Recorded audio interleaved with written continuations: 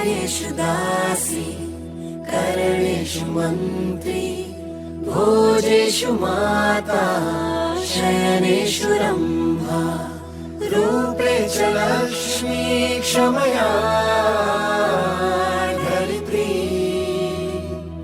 ये स्त्री. ನಮಸ್ಕಾರ. ನೀವು ಕೇಳ್ತಾ ಇದ್ದೀರಾ ನಿಮ್ಮ ಬೆಳಗಾವಿಯ ಮೊಟ್ಟ ಮೊದಲ ಸಮುದಾಯ ಬಾನುಲಿ ಕೇಂದ್ರ ಇದು KLE ಧ್ವನಿ 90.4 FM.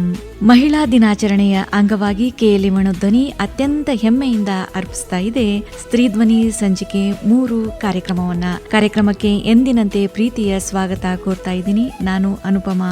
ಇಂದಿನ ನಮ್ಮ ಕಾರ್ಯಕ್ರಮದಲ್ಲಿ ನಮ್ಮೊಂದಿಗಿದ್ದಾರೆ ರಜನಿ ಅಶೋಕ್ ಜಿರಿಗೆಯಾಳ್ ಅವರು. ಮೇಡಮ್ ನಮಸ್ತೆ, ಕಾರ್ಯಕ್ರಮಕ್ಕೆ ಸ್ವಾಗತ. ನಮಸ್ತೆ ಮೇಡಮ್. ವೇಣುಧ್ವನಿ 90.4 FM KLE ಕನಸು ಕೇಳುವ ಎಲ್ಲ ಶ್ರೋತೃ ವರ್ಗದವರಿಗೆ ನಾನು ಶ್ರೀಮತಿ ರಜನಿ ಅಶೋಕ್ ಜಿರಿಗ್ಯಾಳ್ ಮಾಡುವ ನಮನಗಳು.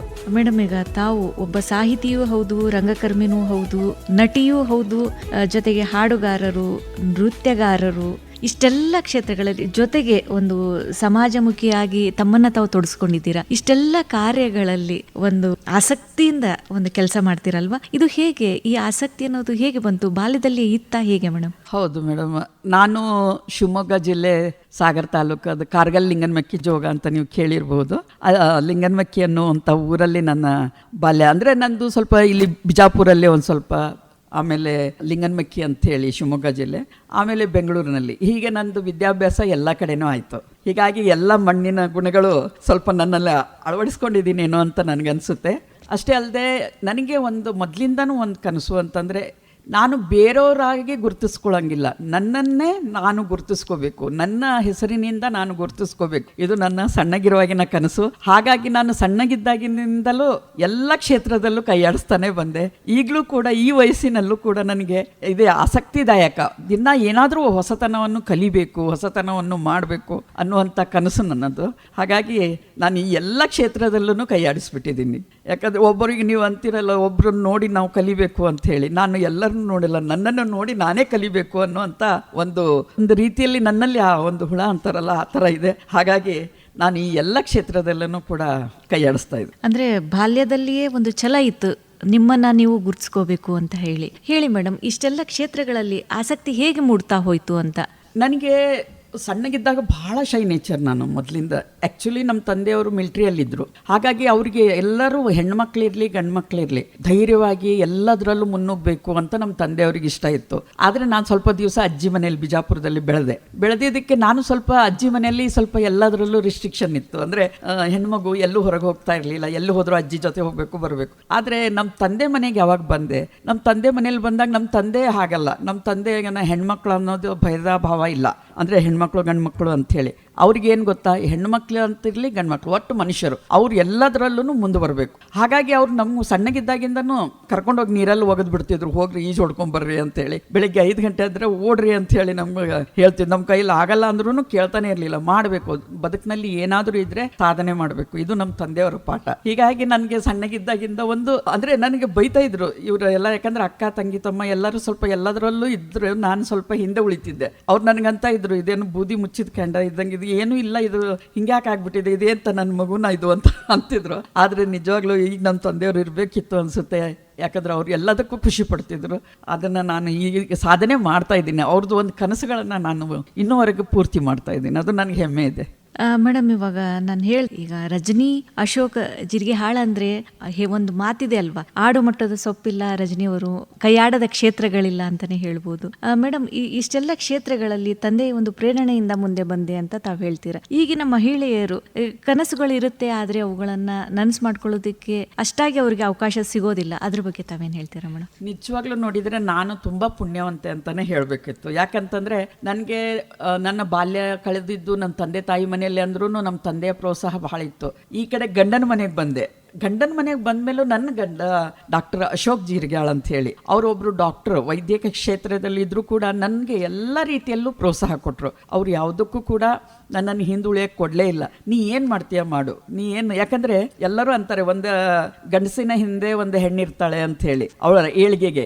ನನಗೆ ನನ್ನ ಏಳಿಗೆಗೆ ನನ್ನ ಗಂಡನೇ ಅಂದರೆ ನನ್ನ ಪತಿ ದೇವರೇ ನನಗೆ ಒಂಥರ ಇನ್ಸ್ಪಿರೇಷನ್ ಅಂತ ನಾನು ಹೇಳ್ಕೊಳಕ್ಕೆ ಇಷ್ಟಪಡ್ತೀನಿ. ಯಾಕಂದರೆ ಅವರಿಂದಾಗೆ ನಾನು ಇವತ್ತು ಇಷ್ಟೆಲ್ಲ ಹೆಸರು, ಯಾಕಂದರೆ ಇಲ್ಲಿ ಬಹಳಷ್ಟು ಜನಕ್ಕೆ ಎಲ್ಲ ಅವರಲ್ಲಿ ಪ್ರತಿಭೆ ಇರುತ್ತೆ. ನಾನು ನೋಡ್ತಾ ಇರ್ತೀನಿ ಎಷ್ಟು ಜನಕ್ಕೆ ಪ್ರತಿಭೆ ಇರುತ್ತೆ. ಗಂಡನ ಮನೆಗೆ ಬಂದ ತಕ್ಷಣ ಅದನ್ನೇನು ಮಾಡ್ತೀಯ, ಇದೇನು ಮಾಡ್ತೀಯ, ಅವರಲ್ಲಿರೋ ಆ ಪ್ರತಿಭೆಗಳನ್ನು ಕುಗ್ಗಿಸ್ಬಿಡ್ತಾರೆ.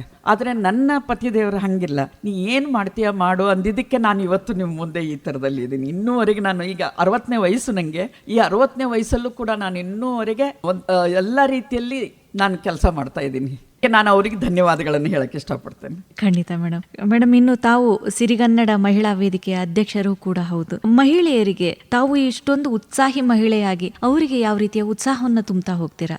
ನಾನಂತೀನಿ, ಹೆಣ್ಣು ಅಂತ ನಾವು ಅಂದಾಗ ಎಷ್ಟೋ ಜನ ಮೂಗು ಮುರಿತಾರೆ. ನಾನಿಲ್ಲ, ನಾನು ದೇವ್ರಿಗೆ, ನನಗೊಂದು ಮಗು ಬೇಕಾಗಿತ್ತು, ನಾನು ಮೊದಲು ದೇವ್ರಿಗೆ ಬೇಡಿದ್ದು ನಂಗೆ ಹೆಣ್ಣು ಮಗುನೇ ಕೊಡಪ್ಪ ದೇವ್ರೆ ಅಂತ ಹೇಳಿ. ಯಾಕೆ ಅಂತಂದರೆ ನೀವು ನೋಡ್ರಿ, ಹೆಣ್ಣಿನಷ್ಟು ಪರಿಪೂರ್ಣತೆ ನಿಮ್ಮ ಜಗತ್ತಿನಲ್ಲಿ ಯಾರಿಗೂ ಸಿಗಕ್ಕೆ ಸಾಧ್ಯನೇ ಇಲ್ಲ.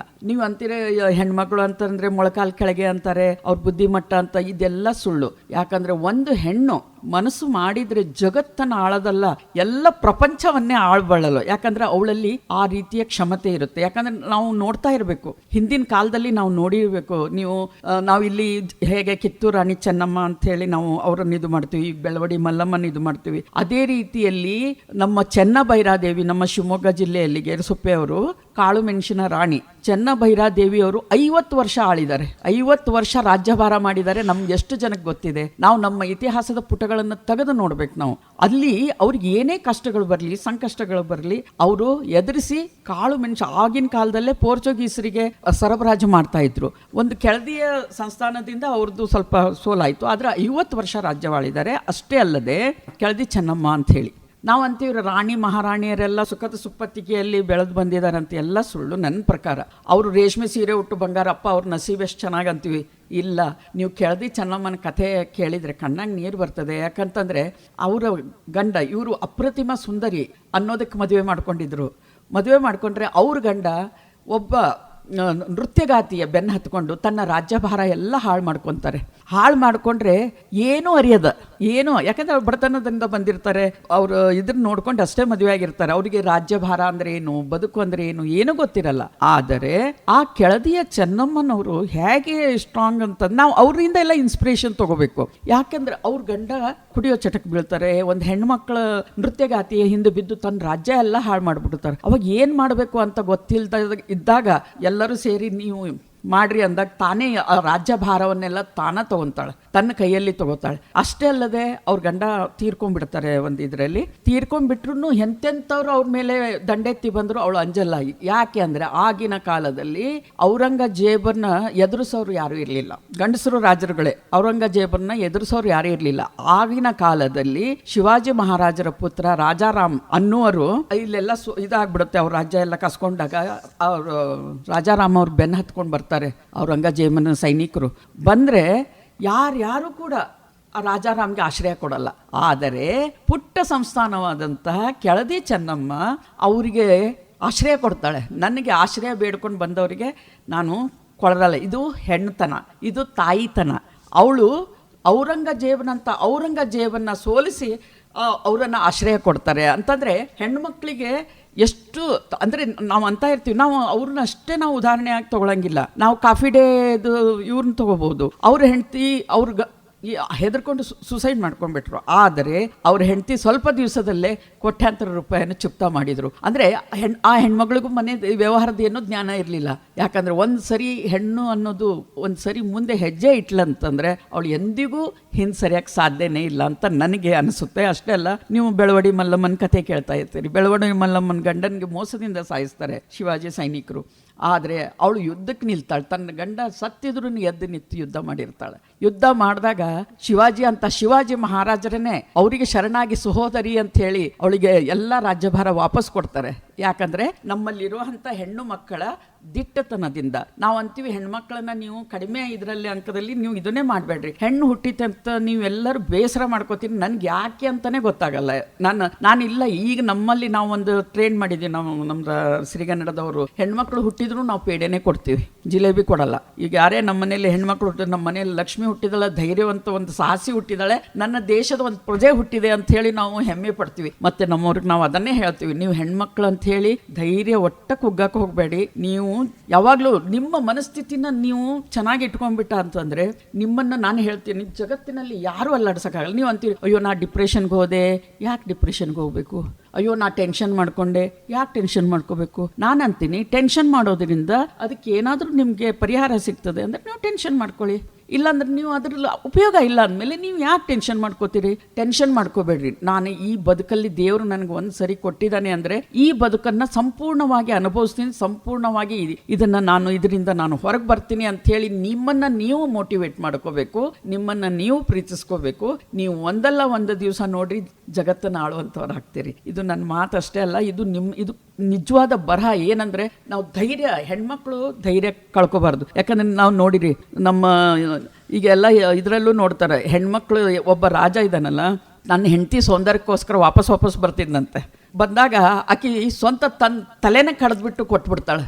ಯಾಕಂದರೆ ನನಗೆ ರಾಜ್ಯ ಮುಖ್ಯ, ಗಂಡ ಇರಲಿ, ಗಂಡ ನನಗೆ, ನಾನು ಅವನ ಹೆಂಡತಿ, ನನ್ನ ಪ್ರೀತಿ ಹೆಂಡತಿ ನನಗೆ ಗೊತ್ತು, ನನ್ನ ಸಲುವಾಗಿ ನನ್ನ ರಾಜ್ಯ ಹಾಳಾಗೋದು ಬೇಡ ಅಂತೇಳಿ ಅವಳು ತನ್ನ ಕುತ್ತಿಗೆ ಕಟ್ ಮಾಡಿ ಕೊಟ್ಟಿರೋ ಅಂಥ ದೇಶ ನನ್ನದು.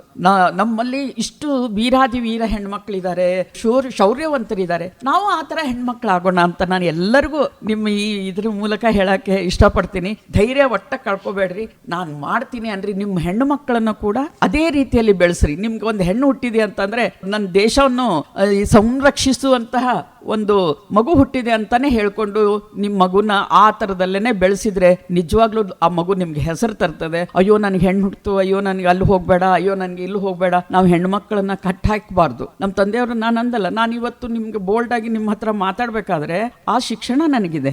ನಾನು ಯಾರೇ ಗಂಡಸರಾಗಲಿ, ಯಾರೇ ಹೆಂಗಸರಾಗಲಿ, ಯಾರೇ ಇರಲಿ, ನನ್ನ ಪ್ರತಿ ವಿರೋಧವಾಗಿ ನಿಂತವ್ರನ್ನ ನಾನು ಎದುರ ಕಣ್ಣಿಟ್ಟು ಮಾತಾಡಬಲ್ಲಷ್ಟು ನನ್ನಲ್ಲಿ ಶಕ್ತಿ ಬೆಳೆಸಿದ್ದಾರೆ ಅಂದರೆ ಅದು ನನ್ನ ತಂದೆಯ ಪ್ರೇರಣೆ. ಅವ್ರು ನಮಗೆ ಯಾವಾಗಲೂ ಆ ಪ್ರೇರಣೆನ ನೀವು ಮಕ್ಕಳಲ್ಲಿ ತುಂಬಿ ಅಂತ ಹೇಳ್ತೇನೆ. ನಿನ್ನಲ್ಲಿ ಆಗುತ್ತೆ ಮಗ, ನೀವು ಮಾಡ್ತೀಯ, ನಿನ್ನ ಕೈಯಲ್ಲಿ ಎಲ್ಲನೂ ಆಗುತ್ತೆ. ಆ ಥರದಲ್ಲಿನೇ ನೀವು ಹೆಣ್ಮಕ್ಳಿಗೆ ಬೆಳೆಸಿ. ಅಯ್ಯೋ ಹೊರಗೆ ಹೋದ್ರೆ ಏನು ಕಷ್ಟ, ಇವ್ರು ಏನು ಮಾಡ್ತಾರೋ, ಈಗ ಅತ್ಯಾಚಾರ ಅನಾಚಾರ ಯಾಕೆ ನಡೀತಾ ಇದೆ ಅಂದರೆ ನಮ್ಮ ಮಕ್ಕಳಿಗೆ ನಾವು ಒಳ್ಳೆಯ ಶಿಕ್ಷಣವನ್ನು ಕೊಡ್ತಾ ಇಲ್ಲ. ನಮ್ಮ ಮಕ್ಕಳಿಗೆ, ಗಂಡು ಮಕ್ಕಳಿಗೆ ಒಂದು ಅಂದರೆ ಲಿಂಗ ತಾರತಮ್ಯವನ್ನು ನಾವು ಮಾಡ್ತಾ ಇದ್ದೀವಿ. ನಾನು ಅದಕ್ಕೆ ಹೇಳ್ತಾ ಇದ್ದೀನಿ, ಲಿಂಗ ತಾರತಮ್ಯ ಬಿಟ್ಬಿಡಿ. ಗಂಡು ಮಕ್ಕಳಿಗೆ ಎಷ್ಟು ನೀವು ಇದು ಮಾಡ್ತೀರೋ ಹೆಣ್ಮಕ್ಳಿಗೆ ಅಷ್ಟೇ ಅವಕಾಶಗಳನ್ನು ಕೊಡಿ.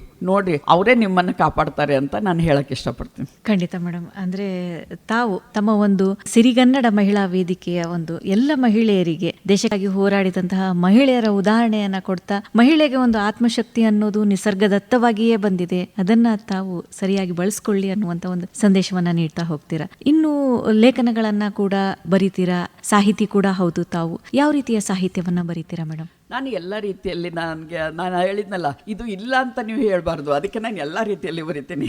ಹೈಕು, ಟಂಕ, ರುಬಾಯಿ, ಆಮೇಲೆ ಕವನಗಳನ್ನು, ಶಾಯರಿಗಳನ್ನು ಬರಿತೀನಿ, ಜಾನಪದ ಕವಿತೆಗಳನ್ನು ಬರಿತೀನಿ.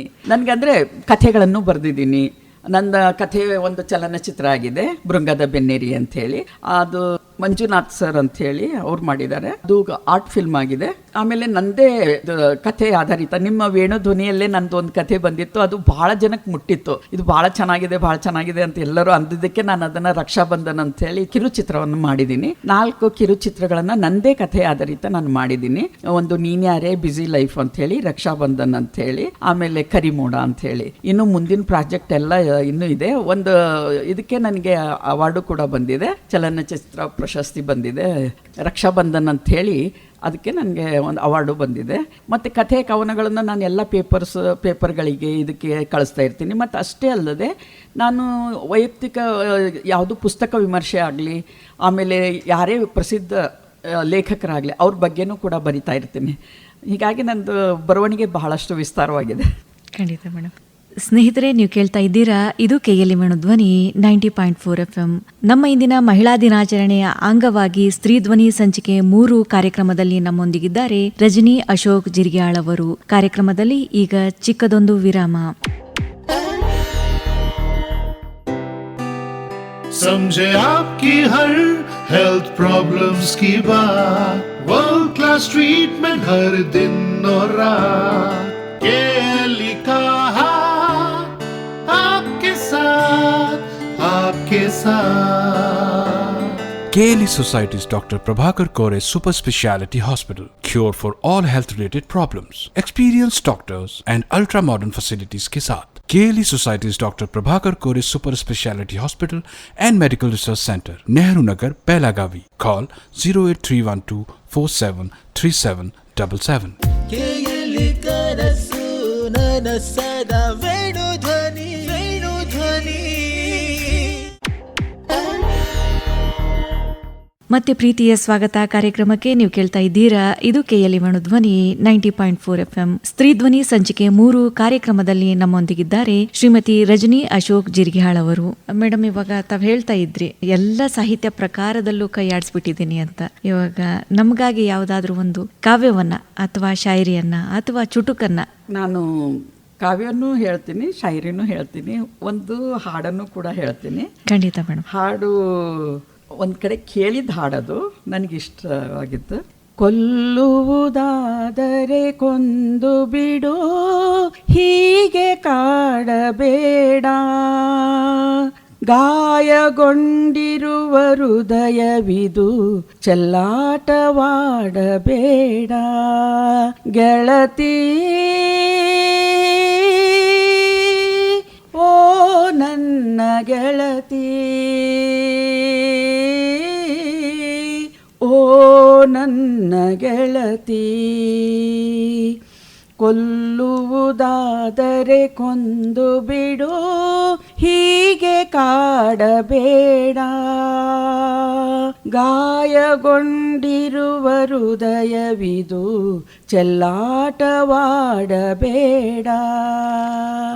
ಕಾಳಗದಂತೆ ಆಳ ನಿನ್ನಾಳದ ಪ್ರೀತಿ, ಆಯಿತೆ ಬರಿ ಸುಳ್ಳು, ಪ್ರೀತಿಯ ಹೂಮಳೆ ಸುರಿಸಿ ಮರೆಯಾಯಿತೆ ಮಳೆ ಬಿಲ್ಲು, ಮರೆಯಾಯಿತೆ ಮಳೆ ಬಿಲ್ಲು, ಗೆಳತಿ ಓ ನನ್ನ ಗೆಳತಿ, ಓ ನನ್ನ ಗೆಳತಿ, ಕೊಲ್ಲುವುದಾದರೆ ಕೊಂದು ಬಿಡು, ಹೀಗೆ ಕಾಡಬೇಡ, ಗಾಯಗೊಂಡಿರುವ ಹೃದಯವಿದು ಚೆಲ್ಲಾಟವಾಡಬೇಡ, ದೊಂದಿಯು ಧಗ ಧಗ ಉರಿದಂತೆ ಅಂದು ನಿನ್ನ ಪ್ರೀತಿ, ಹೆಪ್ಪುಗಟ್ಟಿರುವ ಹಿಮದಂತೆ ಇಂದು ನಿನ್ನ ರೀತಿ, ದೊಂದಿಯು ಧಗ ಧಗ ಉರಿದಂತೆ ಅಂದು ನಿನ್ನ ಪ್ರೀತಿ, ಹೆಪ್ಪುಗಟ್ಟಿರುವ ಹಿಮದಂತೆ ಇಂದು ನಿನ್ನ ರೀತಿ, ಗೆಳತಿ ಓ ನನ್ನ ಗೆಳತಿ, ಓ ನನ್ನ ಗೆಳತಿ, ಕೊಲ್ಲುವುದಾದರೆ ಕೊಂದು ಬಿಡು, ಹೀಗೆ ಕಾಡಬೇಡ, ಗಾಯಗೊಂಡಿರುವ ಹೃದಯವಿದು ಚೆಲ್ಲಾಟವಾಡಬೇಡ, ಗಾಯಗೊಂಡಿರುವ ಹೃದಯವಿದು ಚೆಲ್ಲಾಟವಾಡಬೇಡ, ಗಾಯಗೊಂಡಿರುವ ಹೃದಯವಿದು ಚೆಲ್ಲಾಟವಾಡಬೇಡ. ಮೇಡಮ್, ಈಗ ನಿಮ್ಮ ಧ್ವನಿಯಲ್ಲಿ ಒಂದು ಎಷ್ಟು ಆತ್ಮವಿಶ್ವಾಸ ಇದೆಯೋ ಅಷ್ಟೇ ಮಾಧುರ್ಯ ನಿಮ್ಮ ಕಂಠದಲ್ಲೂ ಇದೆ. ಇನ್ನು ಮೇಡಮ್, ಇವಾಗ ಏನಾಗುತ್ತೆ ಅಂದರೆ, ನೀವು ಇಷ್ಟೆಲ್ಲ ಕ್ಷೇತ್ರಗಳಲ್ಲಿ ಒಂದು ಸಾಧನೆಯನ್ನ ಮಾಡಿದ್ದೀರಾ. ತಮ್ಮನ್ನ ತಾವು ತೊಡಗಿಸ್ಕೊಂಡಿದ್ದೀರಾ. ಇದಕ್ಕೆ ಪ್ರೇರಣೆ ಅಂದ್ರೆ ತಮ್ಮ ತಂದೆ ಹಾಗೂ ತಮ್ಮ ಪತಿಯವರು ಅಂತ ತಾವು ಹೇಳ್ತಾ ಇದ್ರಿ. ಈಗ ಒಬ್ಬ ಮಹಿಳೆ ಏನಾದ್ರೂ ಸಾಧನೆ ಮಾಡಬೇಕು ಅನ್ನೋದಾದ್ರೆ ಒಬ್ಬ ಪುರುಷರು ಅವರ ಹಿಂದೆ ಯಾವ ರೀತಿ ನಿಲ್ಬೇಕು ಅಂತ ತಾವು ಹೇಳ್ತೀರಾ ಮೇಡಮ್? ನಾನು ನಿಜವಾಗ್ಲೂ ನಾನು ಗ್ರೇಟ್ಫುಲ್ ಅಂದರೆ ಥ್ಯಾಂಕ್ಫುಲ್ ನನ್ನ ಗಂಡನಿಗೆ ಹೇಳಕ್ಕೆ ಇಷ್ಟಪಡ್ತೀನಿ ಅಂತ ನಾನು ಮೊದಲೇ ಹೇಳಿದ್ದೀನಿ. ಎಲ್ಲ ಗಂಡಂದಿರು ಅದೇ ಥರ ಅಂದರೆ ಹೆಣ್ಮಕ್ಳನ್ನ ಏಳಿಗೆಯನ್ನು ಅಂದರೆ ಅವರ ಬಗ್ಗೆ ಸ್ವಲ್ಪ ಆದರೂ ಯೋಚನೆ ಮಾಡಬೇಕು. ಅಂದರೆ ಅವಳು ಒಂದು ಹೆಣ್ಣು ಅಂತ ಕಿಳಿರಿಮೆಯಿಂದ ನೋಡೋದಾಗಲಿ, ಅವಳಿಗೇನು ದೊಡ್ಡ ಗೊತ್ತಿದೆ ಅಂಥೇಳಿ ಅನ್ನೋದಾಗಲಿ, ಇದು ಮಾತ್ರ ದೊಡ್ಡ ತಪ್ಪು ಅಂತ ನಾನು ಹೇಳಕ್ಕೆ ಇಷ್ಟಪಡ್ತೀನಿ. ನಿಮ್ಮ ಒಂದು ಚಿಕ್ಕ ಸಹಾಯ, ಒಂದು ಚಿಕ್ಕ ಸಪೋರ್ಟು, ಒಂದು ಚಿಕ್ಕ ಬೆನ್ನು ತಟ್ಟುವಿಕೆ ನೀವು ಗಂಡಂದಿರಲ್ಲಿ ಅಥವಾ ಅಣ್ಣ ತಮ್ಮಂದಿರಲ್ಲಿ ಅಥವಾ ತಂದೆಯಲ್ಲಿ ಇತ್ತು ಅಂದರೆ ಆ ಹೆಣ್ಣು ಏನು ಬೇಕಾದರೂ ಸಾಧಿಸಬಲ್ಲಳು ಅಂತ ನಾನು ಹೇಳಕ್ಕೆ ಇಷ್ಟಪಡ್ತೀನಿ. ಅದಕ್ಕೆ ನಿಮ್ಮ ಪ್ರೀತಿ, ನಿಮ್ಮ ವಿಶ್ವಾಸ, ಅವಳ ಮೇಲೆ ಸಂಶಯ ಇಲ್ಲದಂಗೆ ಅವಳ ಮೇಲೆ ನೀವು ವಿಶ್ವಾಸ ಇಟ್ಟು ಅವಳನ್ನು ಆ ರೀತಿಯಲ್ಲಿ ಮಾರ್ಗ ತೋರಿಸಿದ್ರೆ ಖಂಡಿತ ನಿಮ್ಗೆ ಹೆಸರು ತರುವಳಾಗ್ತಾಳೆ ಅಂತ ಹೇಳಿ ನಾನು ಹೇಳಕ್ಕೆ ಇಷ್ಟಪಡ್ತೇನೆ. ಖಂಡಿತ ಮೇಡಮ್. ಮೇಡಮ್, ಇನ್ನು ಈ ಒಂದು ಮಹಿಳಾ ದಿನಾಚರಣೆಯನ್ನ ಯಾವ ರೀತಿ ಆಚರಿಸಬೇಕು ಅಂತ ತಾವು ಹೇಳ್ತೀರಾ? ನನಗೆ ಮಹಿಳಾ ದಿನಾಚರಣೆ ಬರೀ ಮಾರ್ಚ್ 8 ಅನ್ನೋದು ನನಗೆ ಅದೇನು ಅಷ್ಟು ಸರಿ ಅನ್ಸಲ್ಲ. ಯಾಕಂತಂದ್ರೆ ಆದರೆ ಒಂದು ನಮ್ಮ ಗೌರವ ಪೂರ್ವಕವಾಗಿ ಅದು ಒಂದು ದಿವಸ ಆದರೂ ಕೊಟ್ಟಿದ್ದಾರಲ್ಲ, ಅದಕ್ಕೆ ನಾವು ಹೆಮ್ಮೆ ಪಡ್ತೀವಿ. ಅದಕ್ಕಿಂತ ಹೆಚ್ಚಾಗಿ ನಾನೇನಂತೀನಿ, ಪ್ರತಿ ದಿವಸನೂ ಕೂಡ ಅದು ಮಹಿಳಾ ದಿನಾಚರಣೆನೇ.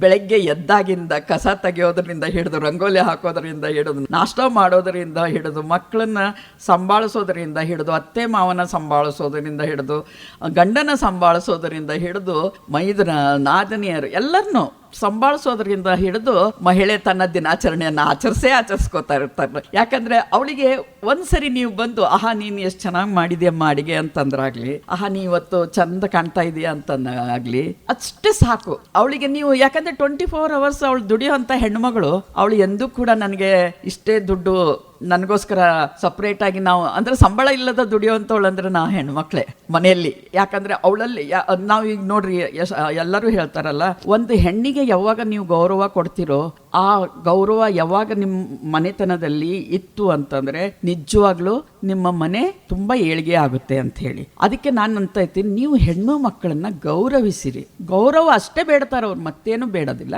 ಹೆಣ್ಣು ಮಕ್ಕಳನ್ನ ಗೌರವಿಸೋದನ್ನ ಕಲೀರಿ. ಹೆಣ್ಣು ಮಕ್ಕಳಿಗೆ ಇಲ್ಲಿ ನಮ್ದು ಅತ್ಯಾಚಾರ ಅನಾಚಾರ ಯಾಕಾಗ್ತಾ ಇದೆ ಅಂತಂದ್ರೆ ನಮ್ಮಲ್ಲಿ ಆ ಥರದ್ದು ಕಾನೂನು ಬರ್ತಾ ಇಲ್ಲ. ಒಂದು ಸರಿ ಇಂಥ ಸ್ಟ್ರಿಕ್ಟ್ ಕಾನೂನನ್ನು ಅತ್ಯಾಚಾರ ಮಾಡೋರಿಗೆ ಕೊಟ್ರಂದ್ರೆ ಆಟೋಮೆಟಿಕ್ ನಮ್ಮದು ರೇಟ್ ಕಡಿಮೆ ಆಗುತ್ತೆ. ನಾನು ಸಣ್ಣವಳಿದ್ದಾಗ ನಮ್ಮದು ಕಾರ್ಗಲ್ ಲಿಂಗನಮಕ್ಕಿ ಜೋಗ ಅಂತ ನೀವು ಯಾವತ್ತಾದ್ರೂ ಹೋದರೆ ನೋಡ್ರಿ.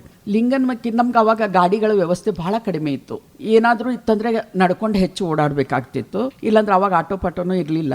ಒಂದು ಬಸ್ ಬರ್ತಿತ್ತು, ಬಸ್ಸಿನಲ್ಲೇ ಹೋಗಬೇಕಿತ್ತು, ಇಲ್ಲ ಲಾರಿ ಹತ್ತಬೇಕಿತ್ತು, ಇಲ್ಲ ಜೀಪ್ ಹತ್ತಬೇಕಿತ್ತು. ನಮ್ಮ ತಂದೆಯವ್ರಿಗೆ ಜೀಪ್ ಇತ್ತು. ಆದರೆ ನಾವು ಒಂದು 5 ನಿಮಿಷ ಲೇಟ್ ಮಾಡಿದ್ರೆ ನಮ್ಮ ತಂದೆಯವರು ಹೇಳ್ತಿದ್ರು, ನೀವು ನಡ್ಕೊಂಡು ಹೋಗ್ರಿ, ಯಾಕಂದರೆ ನಿಮಗೆ ಟೈಮಿನ ವ್ಯಾಲ್ಯೂ ಗೊತ್ತಿರಬೇಕು ಅಂಥೇಳಿ ಅಂತಿದ್ರು. ಆವಾಗ ನಾವು ರಾತ್ರಿ ಒಂದ್ಸರಿ ನಾನು ಟ್ಯೂಷನ್ ಮುಗಿಸ್ಕೊಂಡು ಬರಬೇಕಾದ್ರೆ ನಾನು ಒಬ್ಬರು ಪೊಲೀಸ್ ಇನ್ಸ್ಪೆಕ್ಟರ್ ಇತ್ತು, ಅವ್ರ ಜೀಪಲ್ಲಿ ನಾನು ಕಾರ್ಗಲ್ಲಿಂದ ಲಿಂಗನಮಕ್ಕಿಗೆ ಬರ್ತಾ ಇದ್ದೆ. ಆವಾಗ ಒಂದು ಹುಡುಗಿ ಹಾಲು ಕೊಟ್ಟು ನಮ್ಮ ಕಾಡು ದಾರಿ, ನಮ್ದೆಲ್ಲ ಅಲ್ಲಿ ಕಾಡುಗಳು ಜಾಸ್ತಿ, ಪ್ರಾಜೆಕ್ಟ್ ಏರಿಯಾ ಇದು, ಕಾಡುಗಳು ಜಾಸ್ತಿ. ಒಬ್ಬಳೇ ನಡ್ಕೊಂಡು ಹಾಲು ಮಾರ್ಕೊಂಡು ಹೋಗ್ತಾ ಇದ್ಲು. ಅವಾಗ ಆ ಇನ್ಸ್ಪೆಕ್ಟರ್ ಒಂದು ಮಾತಂದ್ರು ನನಗೆ, ಗಾಂಧೀಜಿಯವ್ರು ಹೇಳಿದ್ರು ಏನಪ್ಪ ಅಂತಂದರೆ, ಯಾವಾಗ ರಾತ್ರಿ ಒಂದು ಹೆಣ್ಣು ಮಗಳು ನಡ್ಕೊಂಡು ಹೋಗ್ತಾಳೋ ಅವಾಗೆ ನಮಗೆ ಸ್ವಾತಂತ್ರ್ಯ ಸಿಕ್ಕಿದೆ ಅಂತ ಹೇಳಿ. ಅಂದರೆ ಆ ಧೈರ್ಯ ಇತ್ತು ಅವಾಗ. ಬಟ್ ಈಗ ಏನಾಗ್ತಾ ಇದೆ, ಎಂಥದೋ ಒಂದು ಚಲನಚಿತ್ರಗಳು ಆ ಥರದ್ದು ನಾವು ಬ್ಯಾನ್ ಮಾಡಬೇಕು. ಕರ ರಕ್ತ ಸಿಡಿಯೋ ಅಂತ ಇದು ನಮ್ಮ ಮಕ್ಕಳ ಮೇಲೆ ಏನು ಪರಿಣಾಮ ಬೀಳ್ತದೆ. ನಾವು ಚಲನಚಿತ್ರಗಳಲ್ಲಿ ನಾವು ಕೆಲವೊಂದನ್ನೆಲ್ಲ ಬ್ಯಾನ್ ಮಾಡಬೇಕು ಅಂತ ಇರ್ತೀವಿ. ಈ ಅತ್ಯಾಚಾರ, ಅನಾಚಾರ, ಆಮೇಲೆ ಕೊಲೆ, ದರೋಡೆ ಎಲ್ಲ ಅದನ್ನು ನೋಡಿ ನಾವು ಜನ ಕಲಿತಾ ಇದ್ದಾರೆ, ನಮ್ಮ ಮಕ್ಕಳು ಕಲಿತಾ ಇದ್ದಾರೆ. ಮೊದಲಿನ ಕಾಲದಲ್ಲಿ ತಾಯಂದಿರು ಮಕ್ಕಳಿಗೆ ರಾಜ ಮಹಾರಾಜರ ಕಥೆಗಳನ್ನ, ವೀರಾದಿ ವೀರರ ಕಥೆಗಳನ್ನ ಹೇಳ್ತಾ ಇದ್ರು. ಆದ್ರಿಂದ ನಮ್ಮ ಮಕ್ಕಳು ವೀರಾದಿ ವೀರ ಶೂರರಾಗ್ತಾ ಇದ್ರು. ಈಗಿನ ಮಕ್ಕಳು ಬರೀ ಕ್ರೈಮ್ನೇ ನಮ್ಮ ಮಕ್ಕಳನ್ನ ತಲೆಯಲ್ಲಿ ತುಂಬ್ತಾ ಇದೆ. ನಮ್ಮ ಸಮಾಜ ಎಲ್ಲಿ ಹೋಗ್ತಾ ಇದೆ ಅನ್ನುವಂತ ಒಂದು ಬೇಸರ ಇದೆ ನಿಜವಾಗ್ಲೂ. ನಾವು ಅದಕ್ಕೆ ನಾನು ಅಂತ ಇದ್ದೀನಿ, ಹೆಣ್ಣು ಮಕ್ಕಳಿಗೆ ನಾವು ಸ್ವಾತಂತ್ರ್ಯ ಕೊಡೋದಂತಂದ್ರೆ ಎಲ್ಲೇ ಸ್ವಚ್ಛವಾಗಿ ತಿರುಗಾಡೋದಕ್ಕೆ ಸ್ವಾತಂತ್ರ್ಯ ಅಲ್ಲ, ನಮ್ಮ ಬದುಕನ್ನ ಕಟ್ಕೊಳ್ಳಲಿಕ್ಕೆ ನಾವು ಮೊದಲಿಂದ ನಾವು ಸಣ್ಣ, ನಾನು ಅಂತೀನಿ ಶಿವಾಜಿ ಮಹಾರಾಜರಿಗೆ, ಒಬ್ಬ ಶಿವಾಜಿ ಮಹಾರಾಜ ಆಗ್ಬೇಕಾದ್ರೆ ಅವ್ರ ತಾಯಿನೇ ಪ್ರೇರಣೆ ಇದ್ರು. ಯಾಕಂದ್ರೆ ಅವ್ರು ಸಣ್ಣಗಿದ್ದಾಗಿಂದ ಅಕ್ಕ ತಂಗಿಯರನ್ನ ಗೌರವಿಸೋದನ್ನ ಕಲಿಸಿದ್ರು, ಹಿರಿಯರನ್ನ ಗೌರವಿಸೋದನ್ನ ಕಲಿಸಿದ್ರು. ತಾನು ಹೆದರಗದೆ ತಿರುಗಿ ನೋಡ್ಬೇಕು ಅಂತ ಅನ್ನೋದಕ್ಕೆ ಅವ್ರು ಏನ್ ಮಾಡಿದ್ರು ಗೊತ್ತಾ, ಒಂದ್ಸರಿ ನಾಯಿಗಳು ಬೆನ್ನ ಹತ್ಕೊಂಡು ಹೋಗಿದ್ವು ಅಂತೆ. ಅವಾಗ ಶಿವಾಜಿ ಹೆದರಿ ಓಡಾಕ್ ಚಾಲು ಮಾಡಿದ್ರಂತೆ. ಅವಾಗ ಜೀಜಾಬಾಯಿ ಅಂದ್ರಂತೆ, ಅಲ್ಲೇ ನಿಲ್ಲು, ಅದನ್ನ ಕಣ್ಣಲ್ಲಿ ಕಣ್ಣಿಟ್ಟು ತಿರುಗಿ ನೋಡು. ಇಲ್ಲ ಅಮ್ಮ ನನ್ ಕಚ್ಚುತ್ತದಮ್ಮ, ನನ್ನ ಕೈಯಲ್ಲಿ ಆಗಲ್ಲಮ್ಮ ಅಂತ ಕಚ್ಚಿಬಿಟ್ರೆ ಏನ್ ಮಾಡ್ಲಿ ಅಂತ ಓಡಾಕತ್ರ. ಎಲ್ಲು ಅಲ್ಲೇ ನಿತ್ತು ತಿರುಗಿಸಿ ಅದನ್ನ ನೋಡು ಅಂತ. ಅವಾಗ ಇವನ್ ತಿರುಗಿಸಿ ಆ ನಾಯಿನ ನೋಡಕ್ ಹೋದ್ರೆ ನಾಯಿ ಅಲ್ಲೇ ನಿಂತು ಬಿಡ್ತಂತೆ. ಅಂದ್ರೆ ಸಣ್ಣಗಿದ್ದಾಗಿಂದ ನಾವು ಶೌರ್ಯತನವನ್ನ, ನಾವು ಗೌರವ ಹೇಗೆ ಕೊಡೋದನ್ನ ಹಿರಿಯರಿಗೆ, ಯಾಕಂದ್ರೆ ಈಗ ಒಂದು ಸ್ಕೂಲಲ್ಲಿ ನಾನು ನೋಡ್ತಾ ಇರ್ತೀನಿ, ಟೀಚರ್ಗಳಿಗೇನೆ ನಾವು ಹೊಡೆಯಕ್ಕೆ ಹೋಗ್ತಾ ಇದ್ವಿ. ತಪ್ಪು ಕಲ್ಪನೆ ಅದು. ನಾವು ಅಂತೀವಿ ಮಕ್ಕಳಿಗೆ ನಾವು ಕಲಿಸೋದು ಏನು, ಗೌರವ ಕೊಡ್ರಿ, ಗುರುಗಳಿಗೆ ಗೌರವ ಕೊಡ್ರಿ, ತಂದೆ ತಾಯಿಗಳಿಗೆ ಗೌರವ ಕೊಡ್ರಿ, ಹಿರಿಯರಿಗೆ ಎಲ್ಲ ಹೋಗ್ಬಿಟ್ಟಿದೆ. ಒಂದೊಂದೇ ಮಕ್ಕಳನ್ನ ನಾವು ಸಾಕ್ತಿವಿ. ಅಯ್ಯೋ ನನ್ನ ಮಗುಗೆ ಯಾರಾದ್ರೂ ಒಂದು ಪೆಟ್ಟು ಹಾಕ್ಬಿಟ್ಟ ಅಂದ್ರೆ ಗುರುಗಳು ನನ್ನ ಮಗನಿಗೆ ಯಾಕೆ ಹೊಡಿದ್ರ ಅಂತ ಮನೆ ಮಂದಿ ಎಲ್ಲ ಹೋಗ್ತಾರೆ ಜಗಳಕ್ಕೆ. ಇದು ದೊಡ್ಡ ತಪ್ಪು ನಾವು ಮಾಡ್ತಾ ಇರೋದು. ನಾವು ಸಣ್ಣಗಿದ್ದಾಗ ಕಿವಿ ಹಿಂಡು ರಪ ಬಡಿತ, ನಾವು ದೊಡ್ಡವ್ರ ಮಕ್ಕಳಿದ್ರು ರಪ ಹಾಕಿ ಹೊಡಿತಿದ್ರು. ನಮ್ಮ ತಂದೆ ತಾಯಿ ಯಾರು ಬರ್ತಿರ್ಲಿಲ್ಲ, ಇನ್ನೊಂದು ಪೆಟ್ಟು ಹಾಕಿ ಅಂತಿದ್ರು. ಆ ಪೆಟ್ಟು ಹಾಕೋದ್ರಿಂದ ನಾವು ಹೆದರ್ಕೋದು, ಗುರುಗಳಿಗೆ ರೆಸ್ಪೆಕ್ಟ್ ಕೊಟ್ಟು, ಗುರುಗಳು ಅಲ್ಲಿದ್ದಾರೆ ಅಂದ್ರೆ ಇಲ್ಲಿಂದ ನಾವು ತಲೆ ತಗಿಸ್ಕೊಂಡು ಓಡೋಗ್ಬಿಡ್ತಿದ್ವಿ. ಬಂದ ತಕ್ಷಣ ಕಾಲು ಬೀಳ್ತಿದ್ವಿ. ಈ ಕಾಲು ಬೀಳಂದ್ರೆ ನಡ ಹೋಗ್ತೈತಿ, ನಾವು ಕಾಲು ಬೀಳಲ್ಲ, ಅವ್ರದ್ದೇನು ಕಾಲು ಬೀಳೋದು ಅಂತ ಮಂದಿ ಮಕ್ಕಳು ಮಾತಾಡ್ತಾರೆ. ನಾವಂತೀವಿ ಅವಾಗ ನಮ್ಮ ತಂದೆ ತಾಯಿ ಹಿರಿಯರು ಬಂದ್ರೆ ಅವ್ರಿಗೆ ನಮಸ್ಕಾರ ಮಾಡ್ರಿ, ಅವರಿಂದ ಆಶೀರ್ವಾದ ತಗೊಳ್ಬೇಕು ನೀವು ಎಲ್ಲರೂ ಅಂತಾನೆ ನಮ್ಗೆ ಬೆಳೆಸ್ತಿದ್ರು. ಇದು ನಮ್ಗೆ ಇದೆ. ಅದಕ್ಕೆ ನಮ್ಮ ಸಂಸ್ಕಾರ ನಾವು ಎಲ್ಲ ಕಡೆಯಿಂದ ನಾವು ಮರಿತಾ ಇದೀವಿ ಅನ್ನೋದಂತ ನೋವು ಇದೆ ನನಗೆ. ಆದ್ರೆ ನಮ್ಮ ತಂದೆ ತಾಯಿಗಳು ಈಗೂ ನಮ್ದೇನು ಕಾಲು ಮಿಂಚಿಲ್ಲ. ಈಗಿನ ತಂದೆ ತಾಯಿಗಳು ನಮ್ಮ ಮಕ್ಕಳಿಗೆ ನಾನು ಗೌರವಿಸೋದನ್ನ, ಹಿರಿಯರನ್ನ ಗೌರವಿಸೋದನ್ನ, ಮೊದಲು ಗುರುಗಳಿಗೆ ಗೌರವಿಸೋದನ್ನ ನಾವು ಕಲಿಸ್ಬೇಕಾಗಿದೆ. ಅದೇ ರೀತಿಯಲ್ಲಿ ನಾವು ಆ ಮಕ್ಕಳಿಗೆ ಸಣ್ಣಗಿದ್ದಾಗಿಂದನ ಒಳ್ಳೆ ಬೋಧನೆಗಳನ್ನ, ಇಂಥವು ಈ ಎಲ್ಲ ಕ್ರೈಮ್ ಬರುವಂತ ಬಿಟ್ಟು ಒಳ್ಳೆ ರಾಜ ಮಹಾರಾಜರು ನಮ್ದು ಎಂತ ಕಥೆಗಳು, ನಮ್ಮ ಮಹಾರಾಣಿ ನಮ್ದು ಎಲ್ಲೋ ಮುಚ್ಚಿ ಹೋಗ್ಬಿಟ್ಟಿದೆ. ನನ್ಗೆ ತುಂಬಾ ಬೇಸರ ಇದೆ. ನಾನು ಒಂದೊಂದ್ ಸರಿ ಓದಿದಾಗ ಒಬ್ಬ ನಮ್ಮಲ್ಲಿ ಈ ತರದಲ್ಲೂ ಇದ್ರ ಅಂತ ಹೇಳಿ ನಮ್ಗೆ ಆ ಶೌರ್ಯದ ಕಥೆಗಳು ನಮ್ಗೆ ಗೊತ್ತೇ ಇರ್ಲಿಲ್ಲ. ನಾವು ಈಗೀಗ ಒಂದೊಂದೊಂದೊಂದು ಓದ್ತಾ ಇದ್ವಿ. ನಮ್ಗೆ ಗೊತ್ತಿರ್ಲಿಲ್ಲ ಚೆನ್ನಬೈರಾವ್ ಓದಿದ್ದೀವಿ, 50 ವರ್ಷ ಆಳಿದಾಳೆ ಅನ್ನೋ ನಮ್ಗೆ ಗೊತ್ತೇ ಇಲ್ಲ. ಕೆಳದಿ ಚೆನ್ನಮ್ಮ ಇಷ್ಟು ಕಷ್ಟಪಟ್ಟಿದ್ದಾಳೆ ಅಂತ ನಮ್ಗೆ ಗೊತ್ತೇ ಇಲ್ಲ. ಅಹಲ್ಯ ಹೋಳ್ಕರ್ ಎಷ್ಟೊಂದು ಕಷ್ಟಪಟ್ಟರು. ಸ್ವಂತ ತನ್ನ ಮಗ ತಪ್ಪು ಮಾಡಿದಕ್ಕೆ ಗುಂಡೇಟು ಹೊಡೆದಾರೆ ಅವ್ರ ತಾಯಿ. ಆದರೆ ಜನಸೇವೆ, ಸಮಾಜ ಸೇವೆ, ಸಾಮಾಜಿಕವಾಗಿ ನ್ಯಾಯಯುತವಾಗಿರೋದನ್ನ ನಡೆಯೋದನ್ನ ಅವ್ರು ಪ್ರೂವ್ ಮಾಡಿದ್ರು ಅಹಲ್ಯ ಹೋಳ್ಕರ್. ನಿಜವಾಗ್ಲೂ ಅಂಥವ್ರು ನಮ್ಮ ಮುಂದೆ ಪಠ್ಯಕ್ರಮದಲ್ಲಿ ಆಗಲಿ ಇದರಲ್ಲಾಗಲಿ ನಮ್ಮ ಮಕ್ಕಳಿಗೆ ಅದರದ್ದು ಒಂದು ವಿಷಯ ಬರಬೇಕು ಅಂತ ನಾನು ಹೇಳ್ಕೊಳಕ್ಕೆ ಇಷ್ಟಪಡ್ತೀನಿ. ಯಾಕಂತಂದರೆ ಆ ಥರದಲ್ಲಿ ಅಹಲ್ಯ ಹೋಳ್ಕರ್ ಅಂತ ಮಹಾನಕ್ಕೆ ಅಂಥವ್ರು ನಾವು ಅವ್ರ ಪಾಠ ಏನು ಕಲಿತಾ ಇದ್ವಿ, ಎಂದಾದ್ರು ಕಲ್ತಿದ್ವಿ. ನಾವು ಇನ್ನೊಂದು ಹೇಳ್ತೀವಿ, ಎಲ್ಲರೂ ನಮಗೆ ಅಪಮಾನ ಮಾಡ್ತಾ ಇರ್ತಾರೆ ಹೆಣ್ಮಕ್ಳಿಗೆ. ಹೆಣ್ಣು ಅಂದ ತಕ್ಷಣನೇ ಒಂದು ಅಪಮಾನ, ಒಂಥರ ಅಯ್ಯೋ ಅವಳು ಇವಳು ಹಿಂಗ ಮಾತಾಡ್ತಾರೆ. ನಾವು ಅಷ್ಟೊತ್ತಿಗೆ ತಲೆ ಕೆಡಿಸ್ಕೊಂಡ್ಬಿಡ್ತೀವಿ. ಆದರೆ ಒಬ್ಬ ಸಾವಿತ್ರಿಬಾಯಿ ಫುಲೆ ಅಂತ ಹೇಳಿ ನೀವು ಇವತ್ತು ಅವಳನ್ನ ಇದು ಮಾಡ್ತೀರಿ, ದೈವತ್ವವಾಗಿ ನೀವು ನಮಸ್ಕಾರ ಮಾಡ್ತೀರಿ, ಅವಳ ಬಗ್ಗೆ ನೀವು ಹೇಳ್ತೀರಿ ಅಂತಂದ್ರೆ ಅವ್ರಿಗೆ ಎಷ್ಟೆಷ್ಟು ಅವಮಾನಗಳಾಗಿದ್ದು. ಅವರು ಮುಂದೆ ಹೆಜ್ಜೆ ಅದು ಅಯ್ಯೋ ನಂಗೆ ಅವಮಾನ ಆಯ್ತು ಅಂತ ಅವ್ರು ಹಿಂದೆ ಸರಿದ್ರೆ ನಾವೆಲ್ಲ ಎಜುಕೇಶನ್ ಅಲ್ಲಿ ಮುಂದೆ ಬರ್ತಾನೆ ಇರಲಿಲ್ಲ. ಹೆಣ್ಮಕ್ಳು ವಿದ್ಯಾಭ್ಯಾಸಕ್ಕೆ ಅವ್ರು ಎಷ್ಟೊಂದು ದುಡಿದ್ರು. ಅವ್ರಿಗೆ ಕಲ್ಲಲ್ಲಿ ಹೊಡೆದ್ರು, ಸಗಣಿ ನೀರಲ್ಲೂ ಹೊಡೆದ್ರು. ಮತ್ತೆ ಅವ್ರು ಒಬ್ರಿಗೂ ತಿರುಗೇಟ್ ಕೊಟ್ಟಿಲ್ಲ. ತಮ್ಮ ಬಟ್ಟೆ ಬಂದು ಇನ್ನೊಂದು ಬಟ್ಟೆ ಹಾಕೊಂಡ್ಬಂದು ಅಲ್ಲಿ ಚೇಂಜ್ ಮಾಡ್ಕೊತಿದ್ರು ಅಂತ ಕಲ್ಲಲ್ಲೇ ಹೊಡೆದ್ರು. ಯಾಕೆ? ಅಲ್ಲಿ ನಿಂದನೆಗಳನ್ನು ಅವರು ಸಹಿಸಿದ್ರು, ಅಪಮಾನಗಳನ್ನು ಸಹಿಸಿದ್ರು. ಇವತ್ತು ಅವರು ನಮಗೆ ದೇವರಾಗ್ಬಿಡ್ತಾರೆ. ಅದಕ್ಕೆ ನಾನು ಎಲ್ಲ ಹೆಣ್ಮಕ್ಳಿಗೆ ಹೇಳೋದು ಇಷ್ಟೇ ಅಂತಂದರೆ, ದಯವಿಟ್ಟು ಅಪಮಾನ ಆಯಿತು, ನನಗೆ ನೋವು ಆಯಿತು, ನನಗೆ ಯಾರೋ ನನಗೆ ಹಿಂಸೆ ಮಾಡಿದ್ರು ಅನ್ನೋದ್ರ ನೀವು ಹೋಗಿ ಎಲ್ಲೋ ಬಿದ್ದು ಸಾಯೋದಾಗ್ಲಿ, ನೇಣು ಹಾಕೊಳ್ಳೋದಾಗ್ಲಿ, ನೀರಾಗಿ ಬಿದ್ದು ಸಾಯೋದಾಗ್ಲಿ ಮಾಡಬೇಡ್ರಿ. ನಿಂತು ಎದುರಿಸ್ರಿ, ಜಯಿಸ್ರಿ. ನೀವು ನೋಡ್ರಿ, ನೀವು ಸತ್ ಮೇಲೆ ಏನಾಗುತ್ತೆ, ಮಣ್ಣು ಹಾಕ್ತಾರೆ 4 ಮಂದಿ, ಮತ್ತು ನಿಮ್ಮ ಬಗ್ಗೆನೇ ತಪ್ಪಾಗಿ ಮಾತಾಡ್ತಾರೆ. ನಾ ಸತ್ನಂದ್ರೆ ಮುಕ್ತಿ ಸಿಗುತ್ತೆ ಅಂತ ನೀವು ಹೋಗ್ತೀರಿ, ಬಟ್ ನಿಮ್ಮ ಹೆಸರುಗಳನ್ನು ನೀವು ಹಾಳು ಮಾಡ್ಕೋತಾನೆ ಇರ್ತೀರಿ. ಅಯ್ಯೋ ಅವಳು ಏನಿತ್ತು ಏನೋ. ಜನ ಸತ್ರು ಕೂಡ ತಪ್ಪಾಗೆ ಮಾತಾಡ್ತಾರೆ. ನಾನಂತೀನಿ, ನೀವು ಜೀವನ ಇದು ದೇವರು ನಮ್ಗೆ ಕೊಟ್ಟಿದ್ದು ಒಂದು ಜೀವನ. ನಾವು ಅದನ್ನ ಕಷ್ಟ ಯಾರಿಗಿರಲ್ಲ, ಕಷ್ಟ ಎಲ್ಲರಿಗೂ ಇರುತ್ತೆ. ಈ ಬದುಕಿನಲ್ಲಿ ಬಂದಮೇಲೆ ಎಲ್ಲ ರೀತಿಯ ಕಷ್ಟಗಳು ಎಲ್ಲರೂ ಸಮಾನವಾಗಿ ಸಿಕ್ಕಿರುತ್ತೆ. ಆದರೆ ನಾವೇನು ಮಾಡ್ತೀವಿ, ನಮ್ಗೇನು ಸಿಕ್ಕಿದೆಯಲ್ಲ ಅದೇ ದೊಡ್ಡದು ಅಂತ ತಿಳ್ಕೊಂಡ್ಬಿಡ್ತೀವಿ. ನಾನಂತೀನಿ ಅದನ್ನು ದೊಡ್ಡದು ಅಂತ ತಿಳ್ಕೊಬೇಡಿ. ನಿಮಗೆ ಆ ಟೈಮು ತ್ರಾಸಾಗ್ತದೆ, ನೋವಾಗ್ತದೆ. ನೀವು ಆ ಟೈಮಲ್ಲಿ ಅಲ್ಲಿಂದ ಅದ್ರ ಬಗ್ಗೆ ಯೋಚನೆ ಮಾಡಿ. 1000 ಜನ 1000 ಮಾತಾಡಲಿ, ನೀವು ನಿಮ್ಮ ಯೋಚನೆ, ನಿಮ್ಮ ಕೆಲಸ ಏನು, ನಿಮ್ಮ ಗುರಿ ಏನು, ನಾನು ಇದನ್ನು ಮುಟ್ಟಬಲ್ಲೆ ಅಂಥೇಳಿ ನೀವು ಧೈರ್ಯವಾಗಿ ಯಾವಾಗ ನೀವು ಮುಂದೆ ಹೋಗ್ತೀರಿ, ನಿಮ್ಮನ್ನು ಯಾರೂ ಅಲ್ಲಾಡ್ಸೋಕ್ಕಾಗಲ್ಲ. ಉಮಾಶ್ರೀ ಅವರು ನೋಡಿದ್ರಿ, ರೋಡ್ ಸೈಡ್ ಅವರು ದೋಸೆ ಮಾಡ್ಕೊಂಡು ತಿಂತಿದ್ರು. ಗಂಡನ ಲವ್ ಮಾಡಿ ಗಂಡ ಇದು 3 ಮಕ್ಕಳಾದ್ಮೇಲೆ ಎಲ್ಲಿ ಅವ್ರ ಪರಿಸ್ಥಿತಿ 2 ಮಕ್ಕಳಾದ್ಮೇಲೆ ಭಾಳ ಕಷ್ಟ ಆಯಿತು ಅವಳಿಗೆ. ಆ ಟೈಮಲ್ಲಿ ಅವ್ರಿಗೆಲ್ಲ ತಪ್ಪಾಗಿ ಮಾತಾಡ್ತಿದ್ರು, ಭಾಳ ತಪ್ಪಾಗಿ ಮಾತಾಡ್ತಿದ್ರು. ಆದರೆ ಅವರು ಈಗ ಒಂದು ಬದುಕನ್ನು ಎದುರಿಸಿ ತೋರಿಸಿದ್ರಲ್ಲ, ನಾವು ಅಂಥವ್ರನ್ನ ಇನ್ಸ್ಪಿರೇಷನ್ ಮಾಡ್ಕೋಬೇಕು. ಜನ ನಮ್ಮ ಬಗ್ಗೆ ತಪ್ಪಾಗಿ ಮಾತಾಡಲಿ, ನೀವು ಏನಾದರೂ ಅದು ನಿಮ್ಮ ಮುಂದೆ ನಾವು ಬೆಳೆದು ನಿಲ್ತೀನಿ ಅಂತ ನೀವು ಹೊರಡ್ತೀರಿ, ನಿಮ್ಮನ್ನು ಯಾರೂ ಅಲ್ಲಾಡ್ಸೋಕ್ಕಾಗಲ್ಲ. ಅದಕ್ಕೆ ನಾನಂತೀನಿ, ನನ್ನ ಹೆಣ್ಮಕ್ಳು, ನನ್ನ ಅಕ್ಕಂಗಿಯರ ಎಲ್ಲರಿಗೂ ನಾನು ಹೇಳೋದಿಷ್ಟೇ, ಎಂಥದೇ ಕಷ್ಟ ಬರಲಿ, ಎಂಥದೇ ಅಪಮಾನ ಬರಲಿ, ಎಂಥದೇ ನಿಂದನೆ, ಈ ಕಡೆಯಿಂದ ಕೇಳ್ರಿ, ಈ ಕಡೆಯಿಂದ ಬಿಡ್ರಿ, ನಿಮ್ಮ ಕಾರ್ಯವನ್ನು ಮಾಡಿರಿ. ಅವ್ರ ಮುಂದೆ ಯಾರು ನಿಮ್ಮನ್ನು ಆಡ್ಕೊಂಡಿದ್ದಾರೆ, ಯಾರು ನಿಮ್ಮನ್ನು ಬೈದಿದ್ದಾರೆ, ಅವ್ರಿಗೇನೆ ಶೆಡ್ ಹೊಡೆದು ನಿಂತು ಅವ್ರಿಗೆ ಬಾಯಿಯಿಂದ ಜಗಳಾಡಬೇಡ್ರಿ, ಅವ್ರಿಗೆ ಏನು ಹೇಳಕ್ ಹೋಗ್ಬೇಡ್ರಿ. ನೀವು ಅಂತೀರಮ್ಮ ಅನ್ರಿ, ನಿಮ್ಮ ಬಾಯಿ ಇದೆ, ದೇವ್ರು ಕೊಟ್ಟಿದ್ದಾನೆ ಅನ್ರಿ, ನಿಮ್ಮ ಕೆಲಸನ ನೀವು ಮಾಡ್ರಿ. ಅವ್ರ ಮುಂದೆ ಸಾಧನೆ ಮಾಡ್ರಿ. ಸಾಧನೆ ಮಾಡಿ ತೋರಿಸಿದ ಮೇಲೆ ಅವರೇ ನಿಮ್ಮ ಕೈಕಾಲು ಬಿದ್ದು ಬರ್ತಾರೆ, ಅವರೇ ನಿಮ್ಗೆ ಸನ್ಮಾನ ಮಾಡ್ತಾರೆ. ಆ ಥರನ ನಿಮ್ಮ ವ್ಯಕ್ತಿತ್ವವನ್ನು ಬೆಳೆಸ್ಕೊಳ್ರಿ ಅಂತ ಹೇಳಕ್ ಇಷ್ಟಪಡ್ತೀನಿ. ಖಂಡಿತ ಮೇಡಮ್, ತಮ್ಮ ಈ ಒಂದು ಜೀವನದ ಯಾನದ ಜೊತೆಗೆ ತಮ್ಮ ಸ್ಫೂರ್ತಿದಾಯಕ ಮಾತುಗಳು ಖಂಡಿತ